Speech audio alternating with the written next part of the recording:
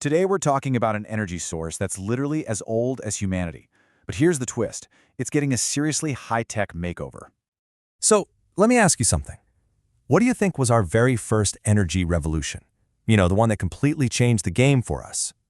And I'll give you a hint. It had nothing to do with digging for coal, drilling for oil, or setting up shiny solar panels. Nope.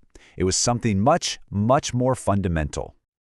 That's right. Our entire energy story, everything that came after, it all started with the very first fire.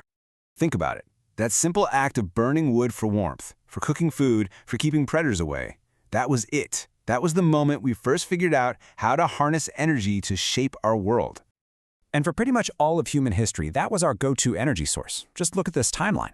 Biomass was king all the way up until the mid-1800s, and now, in a weird twist, it's actually making a big comeback. But what is biomass, really? Well, you can kind of think of it as the original solar power. See, it all starts with photosynthesis.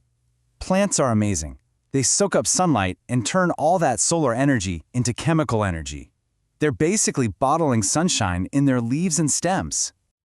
So at its core, biomass is just any renewable organic stuff, from plants, from animals, that's packed with that stored-up energy from the sun. It's really as simple as that. But today, we're doing a whole lot more than just tossing another log on the fire. Our oldest energy source is getting a major tech upgrade. For thousands of years, the instruction manual was pretty short. Got wood? Burn it. And yeah, it worked, but it wasn't exactly what you'd call efficient. So, what's changed? How are we taking this ancient fuel and making it ready for the modern world? The answer is science, of course. We've come up with some incredibly clever new ways to squeeze way more energy out of this stuff. Okay, check out this process called terrafication. It's kind of like roasting coffee beans, but for wood. You heat it up without much oxygen, it dries out, loses about 20% of its weight, and this is the cool part, it holds on to 90% of its energy. Then you press it into these super dense, waterproof briquettes that pack almost as much punch as coal. And we're not just using wood anymore. We have these massive machines that act like giant mechanical stomachs. We feed them all sorts of organic waste. You know, everything from food scraps to farm manure, and they turn it into power. This whole process is called anaerobic digestion, and the biogas it makes, it's incredibly useful. You can burn it for heat, use it to generate electricity, or even clean it up and use it to fuel buses. It is literally turning trash into treasure. But, as you can probably guess, bringing in ancient fuel into the modern world sparks some very modern debates. It's not always straightforward. And here's the big one. Is it actually carbon neutral?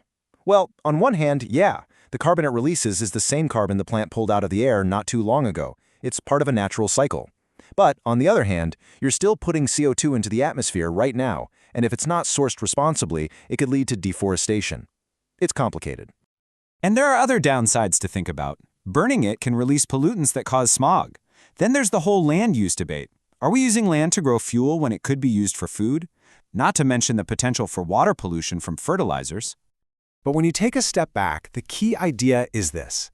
Even with all the fancy new tech, from a simple campfire to a modern biogas plant, we're still using the exact same fundamental energy, the energy stored by life on Earth.